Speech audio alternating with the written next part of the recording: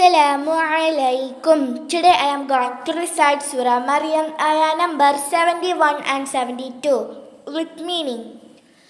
أعوذ بالله من الشيطان الرجيم.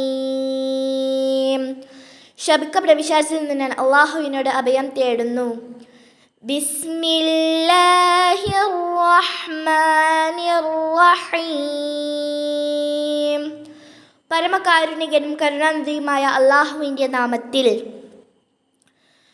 വഇൻ മിൻകും ഇല്ലാ വാരിദുഹാ കാന അലാ റബ്ബിക ഹത്മൻ മഖ്ദിയാ.